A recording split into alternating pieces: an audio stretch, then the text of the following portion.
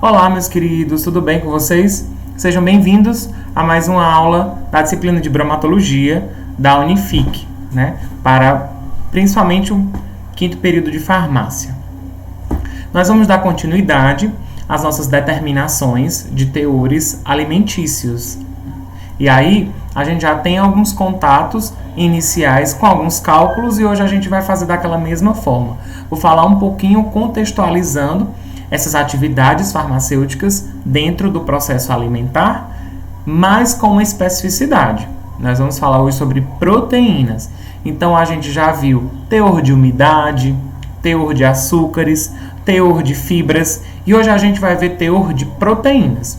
Lembrem, esses cálculos bromatológicos, eles são muito parecidos. Por quê? Porque essas determinações, elas são muito sequenciadas. Então, quem já está entendendo um pouco mais de umidade, de fibras e de açúcares, vai entender claramente proteínas. O que muda, na verdade, é mais o processo físico, tá? São outros tipos de equipamentos, outras vidrarias, tá? Mas que a área de cálculo ela é praticamente a mesma. O que muda são alguns conceitos, algumas fórmulas e que nós vamos ver tudo hoje. Então, o passo a passo da aula ele é muito claro. A gente contextualiza, traz algumas coisas que a maioria já conhece lá da bioquímica, também um pouco dessa análise alimentar, bem como também essa área de cálculos, desde aquele processo que a gente faz em três vezes, em triplicata, prova 1, prova 2, prova 3, calcula o desvio padrão e a gente encontra mais ou menos o teor desses alimentos. Então, vamos lá comigo para a gente começar esse processo da bromatologia. Então, vou fazer aquele velho aumentinho aqui, vou aumentando, diminuindo, para que vocês vão entendendo um pouco mais. Então, proteínas, Hoje a galera toda tá querendo comer só proteína, porque ela é muito importante. O valor biológico e nutricional da proteína é muito grande. E a gente sabe que nosso corpo ele é repleto de proteínas. Então, quanto mais proteína, a gente constrói melhor nosso organismo, principalmente a área muscular.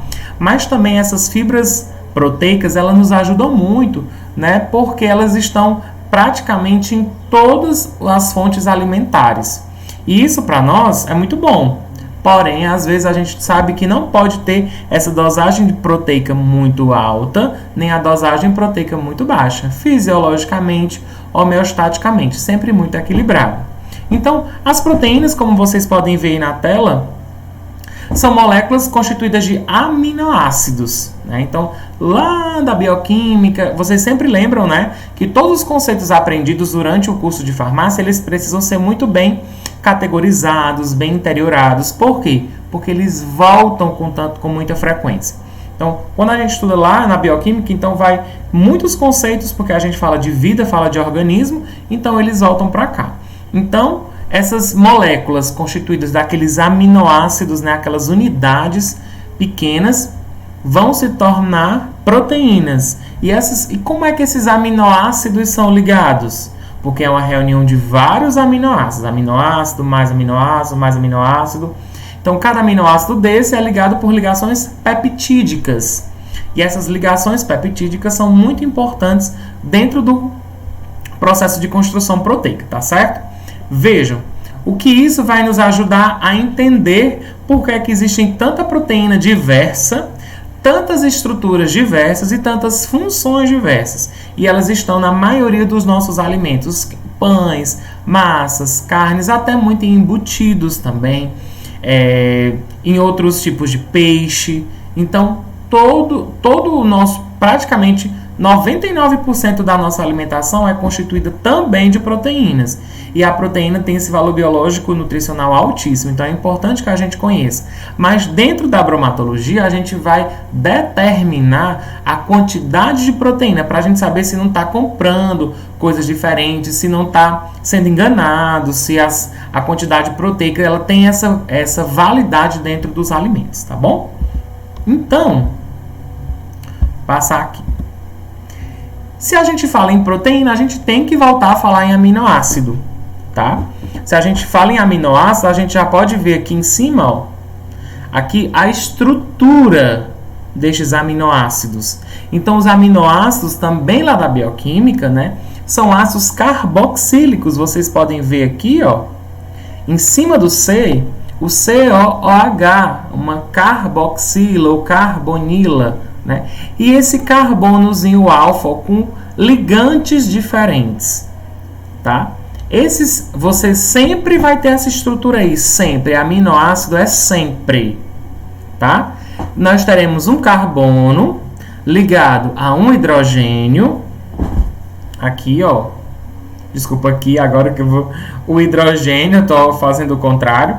Em cima, uma carboxila. Do outro lado, é porque esse aqui tá bem difícil. Do outro lado, eu vou parar meus dedos. O NH3, né? Esse grupo amino ligado a esse carbono. E um radical, tá? Que é esse radical que está aí embaixo. Então, este radical, ele vai ser o que diferencia os aminoácidos. Então, existe um carbono que se liga a 4 radicais. Ácido carboxílico, que é a carbonila, o hidrogênio, um NH3 e um radical. Esse radical é o que diferencia os aminoácidos, tá certo? Esses aminoácidos, eles são muito importantes, principalmente na área hospitalar, porque tem pessoas que têm deficiência de aminoácidos, que chamam de deficiência aminoacídica. Então, nós temos, enquanto farmacêuticos, preparos enterais para levar esses aminoácidos a esses pacientes. Então, esses radicais é o que vai diferenciar. Ele pode ser apenas um hidrogênio, tá? Como vocês podem ver nesse segundo ponto, mas também podem ser outros grupos, como outras cadeias abertas, outras cadeias fechadas, cadeias aromáticas, hidroxilas, outros grupamentos. Então, cada grupamento ele vai fazer com que cada aminoácido diferencie, tá? Esses 3 primeiros radicais, hidrogênio, carboxila e NH3, são fixos, e o radical ele vai mudar conforme a mudança de aminoácidos. Dentro desses aminoácidos, nós temos 2 tipos. Geralmente, nós contamos 20, né? 20 aminoácidos. E aí nós temos aminoácidos essenciais e aminoácidos não essenciais, tá certo? Os aminoácidos essenciais são aqueles que nós não sintetizamos, nós precisamos, é essencial para o nosso corpo. Já os não essenciais, não é que eles não são essenciais para o nosso corpo, são super essenciais.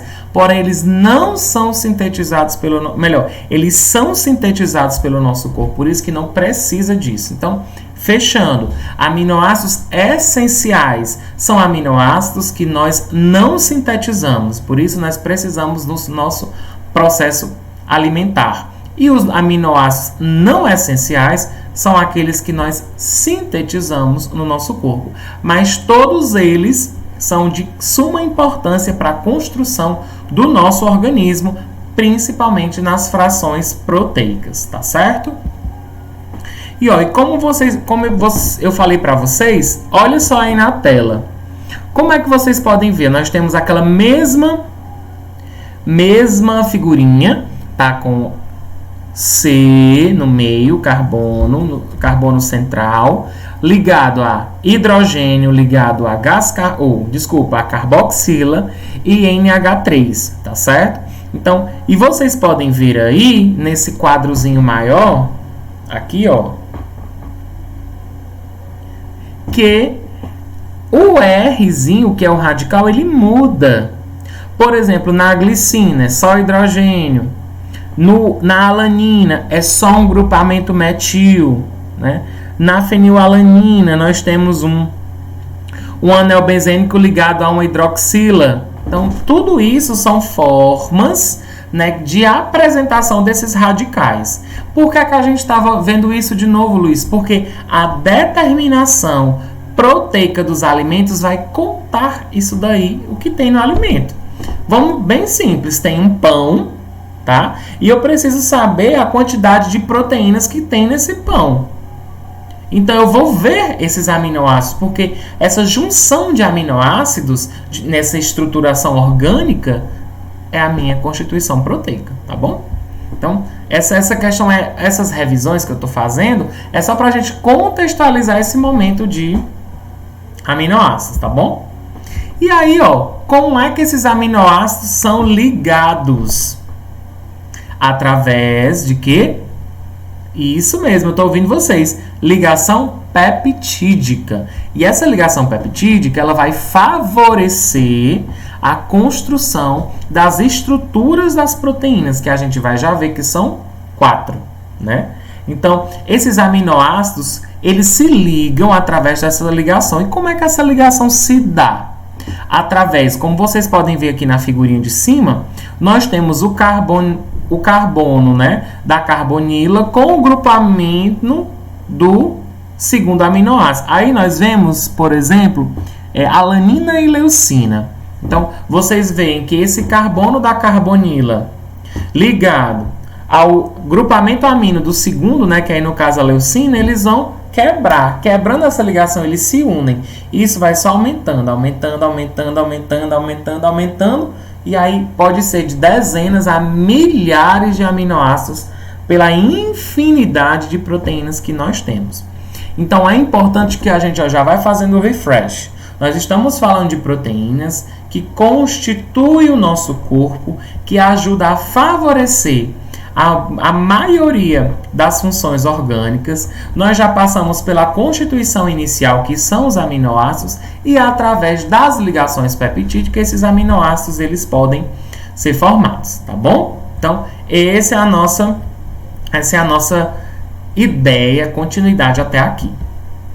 E aí, ó, dentro dessa constituição de proteínas, nós temos 4 estruturas, tá? Essas 4 estruturas, elas sempre favorecem o nosso entendimento. Nós temos a estrutura primária. A estrutura primária nada mais é do que uma estrutura sequenciada de aminoácidos, tá? Essa sequência de aminoácidos, ela favorece o quê?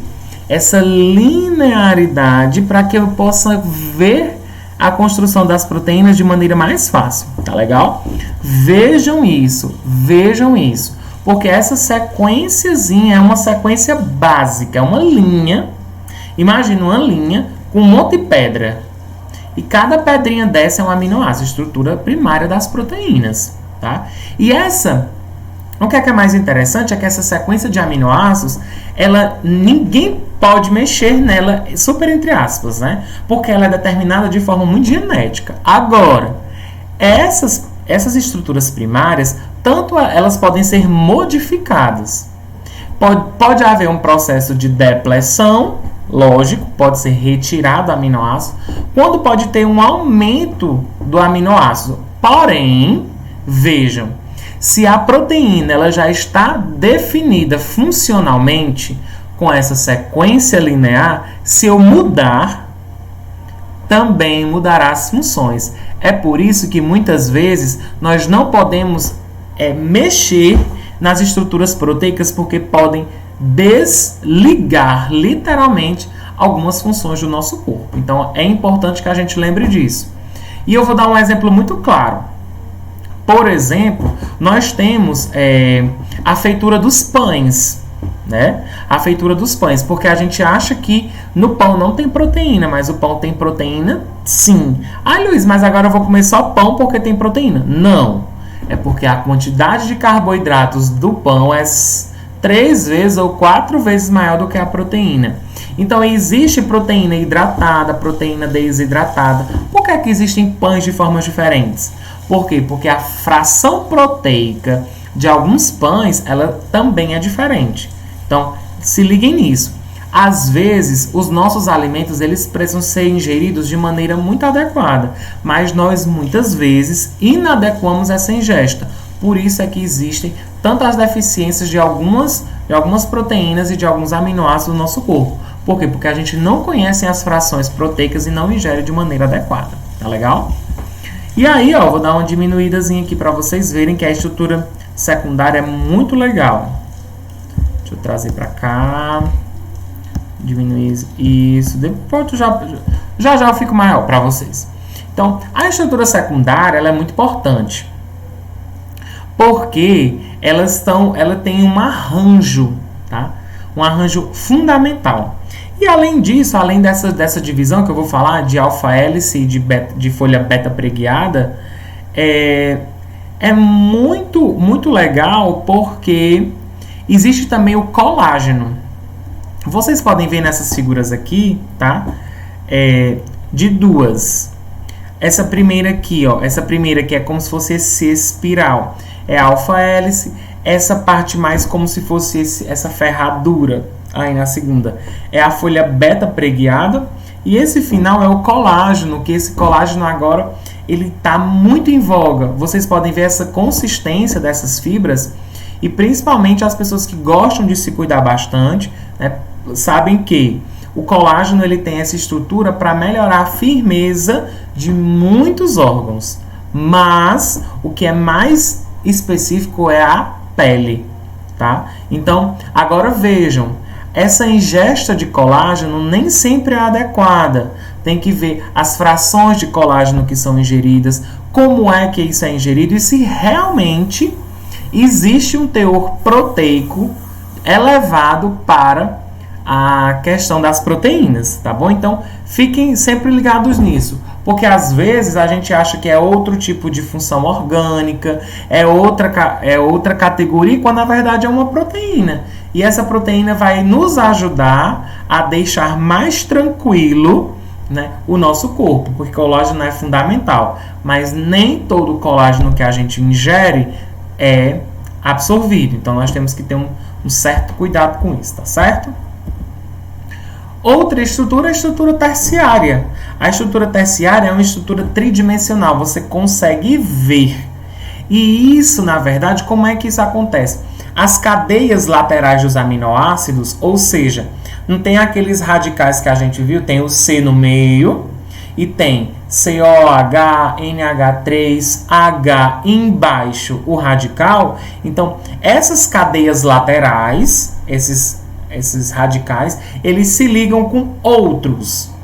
Além da ligação peptídica, né, porque já está formado, isso é para mostrar o tridimensionamento dessas proteínas. Então, às vezes, essa estrutura é uma das que mais nós conseguimos ver, né, dentro dos espectrofotômetros, dentro da aparelhagem que favorece a gente ver, tá bom? Então, a estrutura terciária é uma estrutura de interação, uma estrutura tridimensional, que favorece esse meio.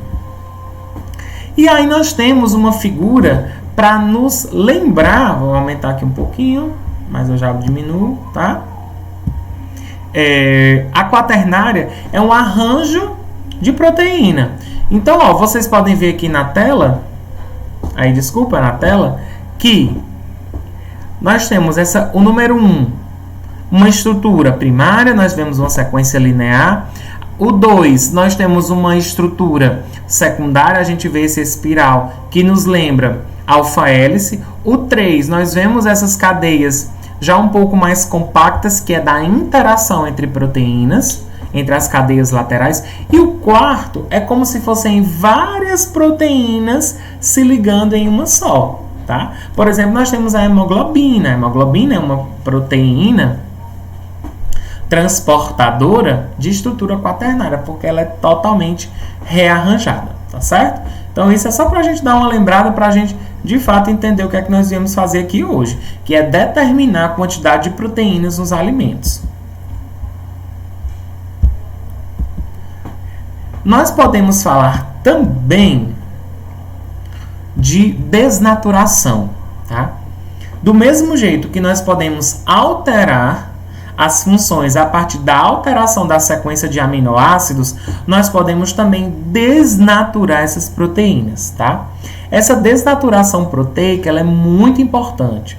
E aí, antes mesmo de entrar na alimentação, é muito simples da gente entender desnaturação proteica, principalmente em tratamentos capilares, né? Quando principalmente as mulheres vão fazer tratamentos diferentes, tá certo? E vai deixar com que aquele fio que era mais ondulado, ele fique liso. Ou seja, está desnaturando as proteínas capilares. É por isso que o processo de hidratação desses cabelos tem que ser muito grande, porque senão a fibra fica sem brilho. Por quê? Porque vai retirando toda a queratina do cabelo. Então, a hidratação de pessoas que têm processos, principalmente químicos, necessita sim de uma hidratação ainda maior nos cabelos. E a desnaturação, elas podem ser importantíssimas.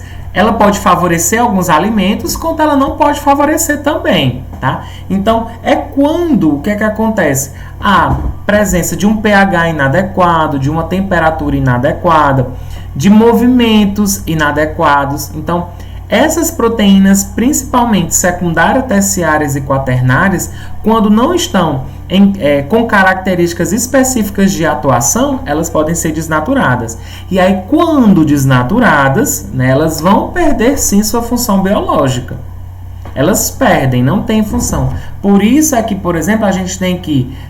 Nossa alimentação diária, ela tem que ser baseada no nosso pH, ela tem que ter temperatura considerável, porque muitas vezes, quando, por exemplo, a gente come uma comida muito quente, né? Ela pode descer literalmente rasgando e ela pode favorecer a destruição proteica, tanto do nosso corpo quanto do alimento, porque ela não necessariamente ela pode afetar as mucosas, ela pode aquecer o nosso corpo e favorece uma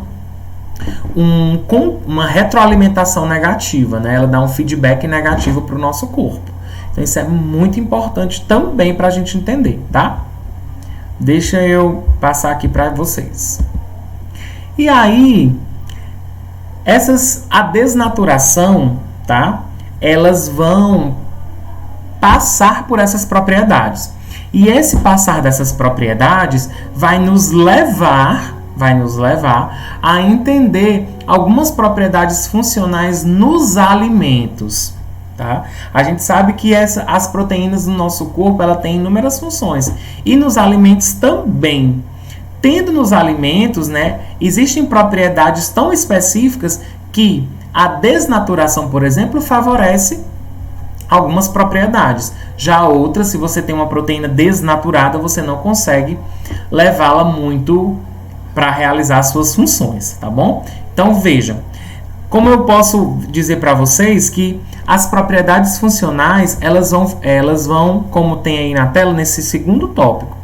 As características dessas proteínas, como tamanho, composição aminoacídica, né, que é aquela fração de aminoácidos, conformação e outras propriedades podem manifestar-se pelas proteínas e vão depender do meio. Como eu disse, do mesmo jeito que se eu não tiver um meio adequado para essas proteínas realizarem as suas funções, elas podem desnaturar, como também, além dessa desnaturação, elas podem perder suas propriedades, tá bom?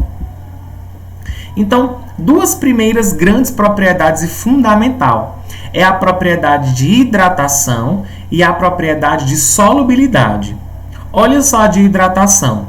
A propriedade funcional de hidratação refere-se à capacidade da proteína de ligar e fixar água à sua estrutura. A proteína, para ela realizar algumas funções, ela necessita absorver água. Então, a textura e a viscosidade dos alimentos são características diretamente dependentes da capacidade de hidratação das proteínas. Ou seja, se nós temos uma dieta que essa dieta não favorece água, não favorece ingesta de líquidos, a função proteica do nosso corpo ela não vai ficar tão adequada. Por quê? Porque nós não temos água necessária para a maioria das funções. Então, hidratar-se não é apenas tomar água, é contribuir com alimentos que contêm um teor de água elevado. Luiz, estamos falando em proteínas, ou seja, a quantidade de água elevada favorece a hidratação das proteínas. E hidratando as proteínas, nós temos melhor funcionamento do nosso corpo, tá bom? Segundo ponto, solubilidade. A solubilidade é uma propriedade que ela vai falar sobre proporção. Então, quanto mais hidratado, mais a proteína se solubilizará em água. Se solubilizando em água com maior facilidade, eu tenho maior fração para o corpo. Por quê? Porque a proteína in natura, ela não favorece muitas funções, mas quando ela é associada em água, ou seja, quando ela se torna bem solúvel em água, favorece as funções orgânicas. Então, hidratação e solubilidade é muito que proporcionais, elas são diretamente proporcionais. Quanto mais hidratadas estão as proteínas, mais terá um processo de solubilidade, e aí agirá com melhor funcionamento no nosso corpo, tá bom? Duas outras propriedades é a viscosidade e a geleificação. O que são isso, Luiz? A viscosidade são reconhecidas, quando proteínas que conferem viscosidade aos fluidos. Em outras palavras, como o próprio está dizendo, conferem resistência dos mesmos em fluir ou romper-se.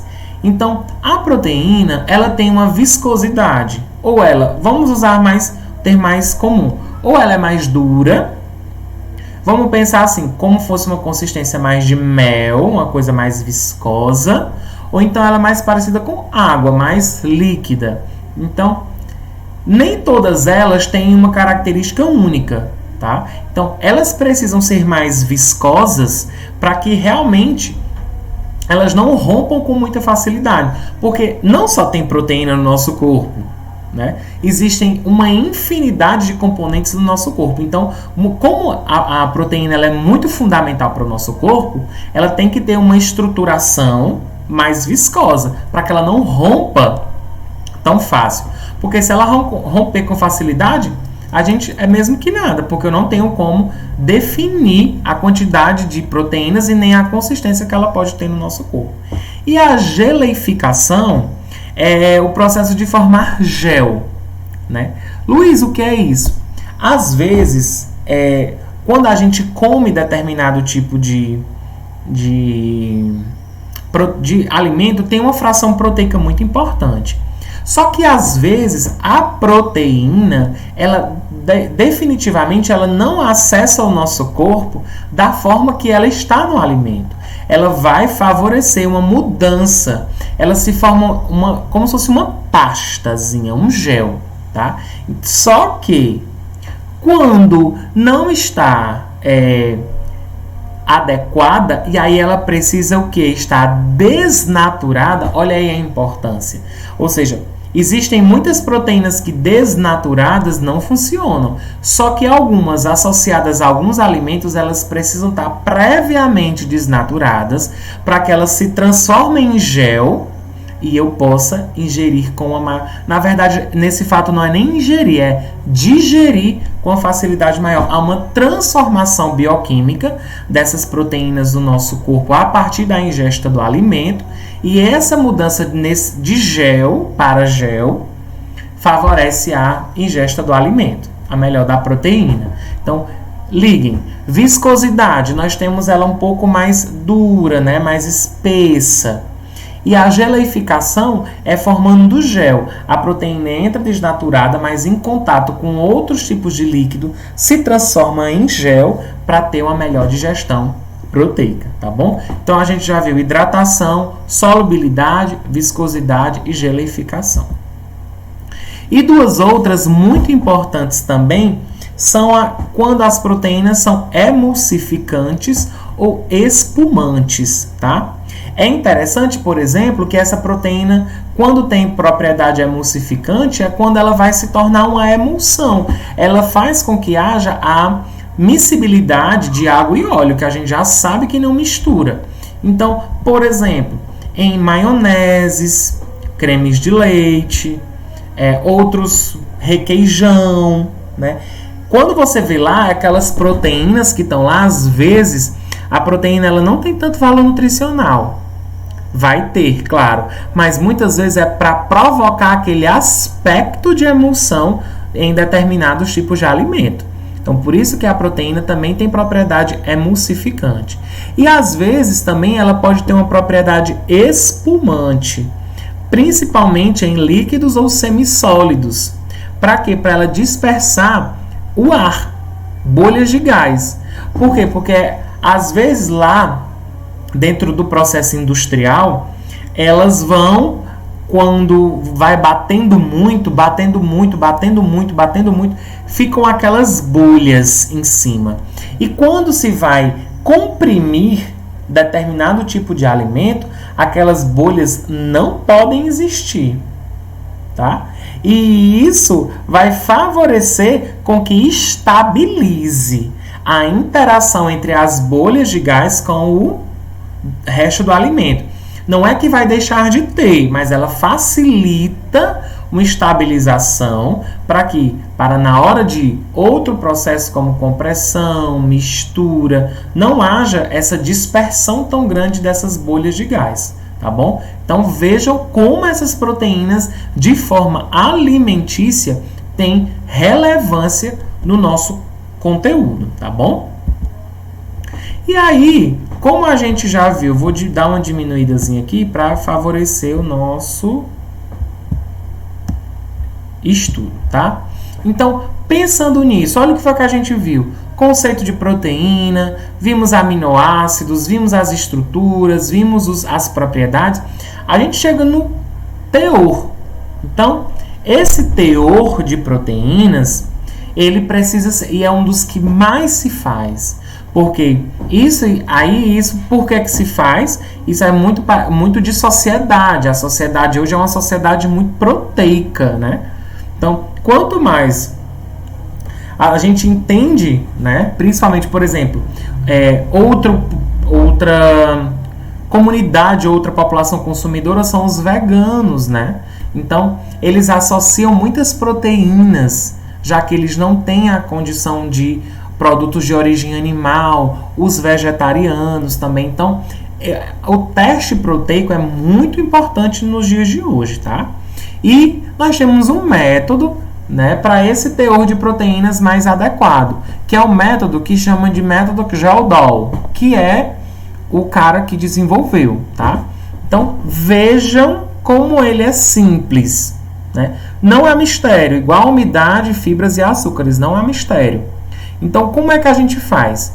Para a gente calcular o teor de proteínas, a gente simplesmente calcula o teor de nitrogênio da amostra.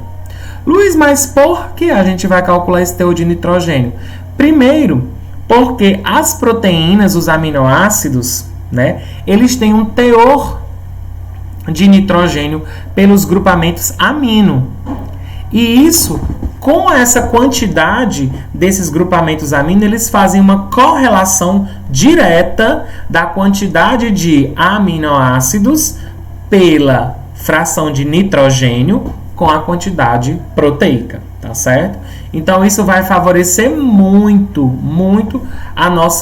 os nossos cálculos. Aí nós temos, nesse segundo ponto que vocês podem ver na tela, praticamente explicando um pouquinho dessa figura, tá? Só que nós vamos ver no passo a passo. A amostra, né? Vamos supor que a gente vai pegar um biscoito, ou queijo, ou ovo, ou carne, enfim, qualquer coisa, é digerida em ácido sulfúrico, ou seja, se coloca no ácido sulfúrico, tá? E a partir disso, quando esse ácido sulfúrico é colocado nessa amostra, o nitrogênio, né, que a gente vai fazer esse teor de nitrogênio, é separado por destilação por arrasto de vapor, que é um processo. Então, é como se nós vamos ver, tem um tubo de digestão que é um tubo grande, é como se fosse um tubo de ensaio bem grande, tá? E aí nós vamos colocar esse ácido sulfúrico na amostra, para quê? Para que esse nitrogênio que há dentro dessa amostra seja separado. E depois que ele for destilado, ou seja, depois que ele for arrancado, né, dessa amostra, nós vamos saber a sua quantidade por volumetria. Somente isso, né? E essa questão de volumetria, Luiz, é aquele velho processo de titulação. Coloca lá naquela bureta, né? E você vai colocando o hidróxido de sódio. E você vai derrubando, até que quando mude-se de cor na amostra, e aí, a partir disso, se calcula, tá? Vou mostrar o passo a passo para vocês. Vamos olhar aqui. Ó, deixa eu dar uma aumentadinha aqui para vocês. Nós temos um exemplozinho básico desse teor de proteínas. Um técnico em laboratório necessita determinar o teor de proteínas em uma amostra de biscoito. Utilizou o biscoito como amostra. E aí ele faz como em triplicata, como nós já sabemos, faz aquelas 3 provas e depois eu tenho que calcular o desvio padrão para me saber a margem, né, que eu posso trabalhar com ele. Aí realizou os procedimentos em sequência, como eu vou descrever para vocês. Olha só, o primeiro pesou exatamente uma grama de amostra, tá? Em papel de seda. Aqueles papelzinhos que a gente faz bandeirinha, pronto, papelzinho de seda. E transferiu para o tubo de digestão. Vocês podem ver na mão da pessoa, né? Esse tubo de digestão, um tubo de ensaio bem grande mesmo. Depois disso, adicionou o ácido sulfúrico e uma mistura catalítica, ou seja, uma mistura enzimática, né? Para aumentar, para ser mais rápido, que não vai interferir na quantidade. Depois, ó, o que é que ele faz? Ele mantém essa mistura no bloco digestor até a obtenção de uma solução com cor azul esverdeada. Então, ele colocou lá a amostra do biscoito, uma graminha, adicionou o ácido sulfúrico nesse tubo de digestão e botou a 350 graus Celsius. E ponto, tá? E aí, o que foi que ele fez mais? Chegou na cor azul esverdeada que ele queria. E ele continuou. Após resfriar, deixou lá resfriando, adicionou uma quantidade suficiente de solução concentrada de hidróxido de sódio. Certo? Aí veja, esse aparelho que está aí, esse destilador, vocês podem ver que tem a letrinha A e a letrinha B aí na figura. A letrinha A, na verdade, é o tubo de digestão que a gente viu na figura anterior. E na figura B, um Erlenmeyer. Então, é como se o que tivesse o hidróxido de sódio tivesse levando para o outro. Tivesse fazendo isso. Um leva para o outro. Olha só como é que ele faz, ó. Adicionou-se quantidade suficiente de solução concentrada de hidróxido de sódio e iniciou o processo de destilação por arrasto de vapor, ou seja, destilou, retirou. Eu tinha lá o tubo, dentro do tubo eu tinha a amostra, o ácido sulfúrico, e coloquei o hidróxido de sódio. Depois disso, pelo destilador por arraste de vapor, eu estou retirando a quantidade proteica, a quantidade de nitrogênio, né? E olha o quanto ele colocou, 25 ml de solução de ácido sulfúrico, tá? Então, ele vai destilando até obter 250 a 300 ml de destilado. E aí, durante esse processo, a solução vai passar do vermelho ao amarelo, certo? Então, o que é que ele está fazendo? Ele está querendo, com esse processo, retirar o nitrogênio da amostra, a quantidade de essa fração proteica da amostra. Então, ó, o excesso de ácido sulfúrico foi titulado com hidróxido de sódio, tá? Vocês veem aí essa titulaçãozinha. E com hidróxido de sódio eu vou começar até que a solução amarela que ficou volte à cor vermelha. Tá certo? Então, nós temos 4 passos. A gente pesa a amostra. Nós colocamos o ácido sulfúrico. Nós vamos colocar uma quantidade de hidróxido de sódio. Vamos arrastar. E o que ficar, nós vamos colocar uma outra quantidade de hidróxido de sódio até que a gente chama de ponto de viragem, até virar a cor. Quando virar a cor, nós vamos ver e calcular os volumes e fazer os cálculos ideais, tá bom? Olha só. E aí, ó, nós temos, olha só, olha os volumes de hidróxido de sódio que foram gastos na titulação. Ou seja, foram gastos, por exemplo, na prova 1, 37,4 ml de hidróxido de sódio para ele que estava na corzinha amarela voltar para vermelha, ou seja, para virar de cor, para ter essa titulação. Na prova 2 do mesmo jeito, na prova 3 do mesmo jeito. E aí nós temos a fórmula, tá? Essa fórmula é muito simples. A fórmula ela é porcentagem MM, né, massa, onde vai ser V vezes 0,14 vezes F sobre P. Luiz, quem é V? V é a diferença entre a quantidade de ácido sulfúrico que foi colocada, que foi 25 ml, e o número de hidróxido de sódio que foi gasto na titulação, que vocês podem ver nessa tabelinha aí. Foram gastos 37,4 na prova 1, 35,6 na prova 2 e 36 na prova 3. E dividido pelo peso. Quanto foi o peso? Ele só pesou 1 grama. Tá? Luiz, e o que é esse fator de conversão? Vocês lembram que a gente está calculando aí a questão nitrogênio. Quando eu já coloco na fórmula esse fator, que esse fator já foi determinado por eles, eu já estou convertendo esse nitrogênio em proteínas. Só que esse fator de conversão, ele muda muitas vezes de processo para processo, tá? E esse processo para processo ajuda bastante a conversão, mas na maioria dos casos já utiliza-se essa coisa mais tabelada, 6,25. Como por exemplo, quando se usa farinha de centeio, é 5,83. Quando é para amendoim, 5,46, tá? Mas aí, geralmente, se coloca o fator de conversão 6,25. Então, eu fiz lá minha lousinha, aquela lousinha lá do caderninho, e eu fui passo a passo para mostrar para vocês as provas, né? E o desvio padrão. Olha só que legal. Vou diminuir aqui, ó. Para vocês verem, eu fiz bem a cara de vocês, ó, bem explicado. Ó, lá na prova 1, tá certo? Prova 1, nós temos volume, que é V, que é o volume a diferença, vezes 0,14, que é da fórmula, vezes F, que é fator de conversão, sobre P, que é o peso da amostra. Então, na prova 1, vamos ver, ó, quem é esse V? É a diferença entre a quantidade de ácido sulfúrico e a quantidade titulada de hidróxido de sódio. Então, ó, olha só, 37,4, que foi a quantidade utilizada de hidróxido de sódio para titular aquela amostra. E quanto foi colocado de ácido sulfúrico? 25. Então, é a diferença em menos 37,4 menos 25, né? Vezes 0,14, que é da fórmula, vezes o F. O F não é o fator de conversão? 6,25.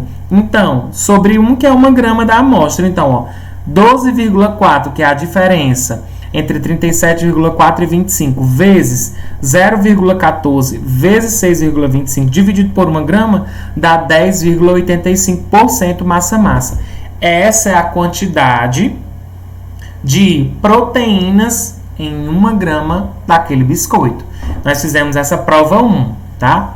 Mas, Luiz, eu não entendi. Tudo bem, eu vou explicar mais 2 vezes, porque eles fizeram em triplicata, em 3 vezes. Prova 2. Então, olha só, como é a fórmula do teor de proteínas, Luiz? V, que é o volume, é a diferença entre a quantidade de ácido sulfúrico utilizado e a quantidade de hidróxido de sódio utilizado na titulação, vezes 0,14, vezes F, que é o fator de conversão, dividido pela amostra, o peso da amostra. Então, ó, qual vai ser a diferença? Qual foi o valor utilizado do NaOH para titular? 35,6. E esse 25, Luiz? No 25 não é a quantidade de ácido sulfúrico que foi utilizada?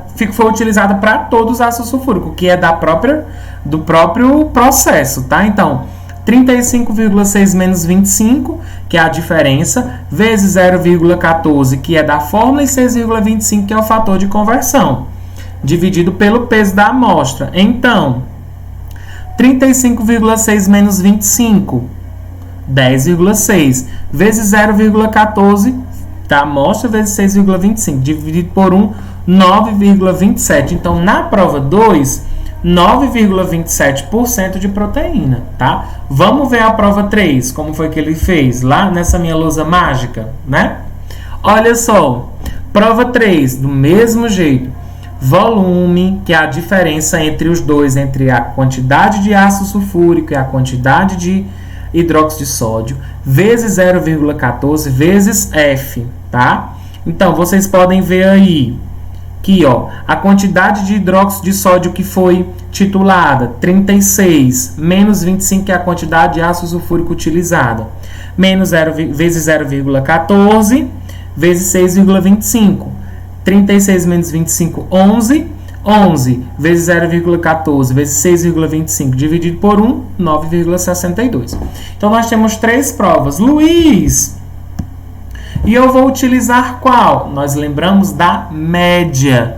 A média aritmética entre as 3, tá? Então, ó, média aritmética, 10,85 da prova 1, mais 9,27 da prova 2, mais 9,62 da prova 3. Dividido por 3, ó, dá aí, como vocês podem ver na tela, 9,91. Então, esse 9,91 é a média aritmética. Só que, lógico que é muito difícil dar sempre 9,91. Por isso que a gente calcula o desvio padrão para saber uma margem, tanto para cima quanto para baixo, que eu possa realizar outros cálculos, tá certo? Então, o desvio padrão, como a gente já viu, é a raiz quadrada do somatório de quê? Das médias individuais, que é o xi, menos a média aritmética ao quadrado, sobre n menos 1, que é a quantidade de médias, tá? Então, é só você substituir. Olha só.